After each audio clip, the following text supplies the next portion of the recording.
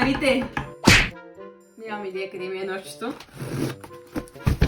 Това е уред, който ти поставя калцуните на краката за домашна употреба. Дали знаете в заболекарския кабинет, в студията за красота и така нататък, как имате такива машинки и реших аз да си взема. За какво ми? Нямам идея, но хайде да видим за 15 евро дали наистина работи. Хора, имаме 100 броя калцуни, слагам ги. Айде. Готови сме, пробваме го. Тук ще го пробвам. Това се откачи отново. Ау, че ме пласна.